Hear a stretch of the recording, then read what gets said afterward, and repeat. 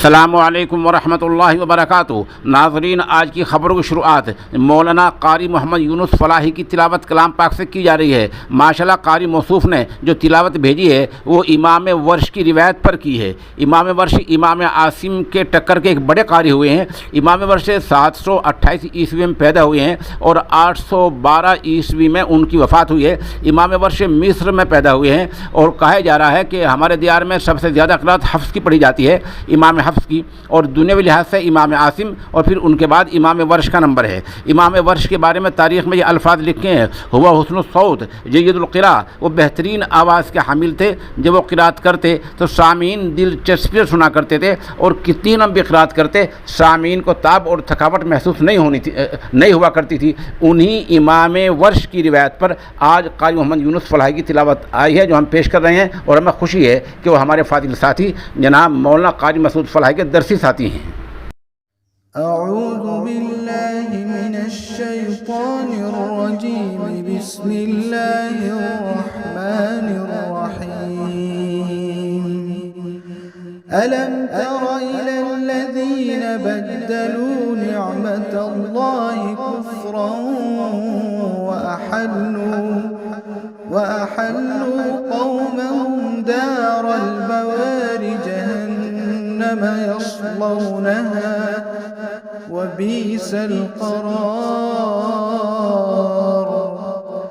वजअलू लिल्लाहि अंदादन लियुضिल्लू अन सबीलिहि क़ुल तमत्तऊ फ़इन्न मसीरकुम इलन नार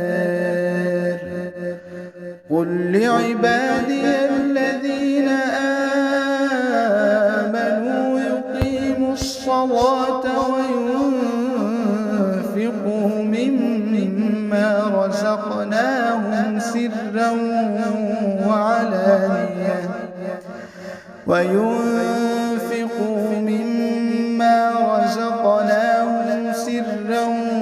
व अलानियह من قبل أن يأتي يوم لا بيع فيه ولا خلال الله الذي خلق السماوات والأرض وأنزل من السماء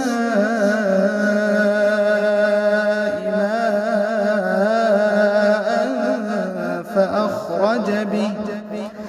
فأخرج به من الثمرات رزقا لكم وسخر لكم الفلك لتجري في البحر بأمره وسخر لكم الأنهار وسخر لكم الشمس والقمر دائبين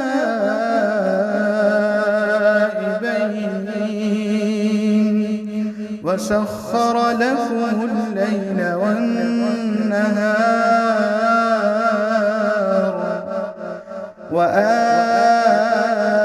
وآتاكم من كل ما سألتموه وإن تعدوا نعمة الله لا تحصوها وإن تعدوا نعمة الله لا تحصوها وإن تعدوا نعمة الله لا تحصوها إن الإنسان لظلوم كفار.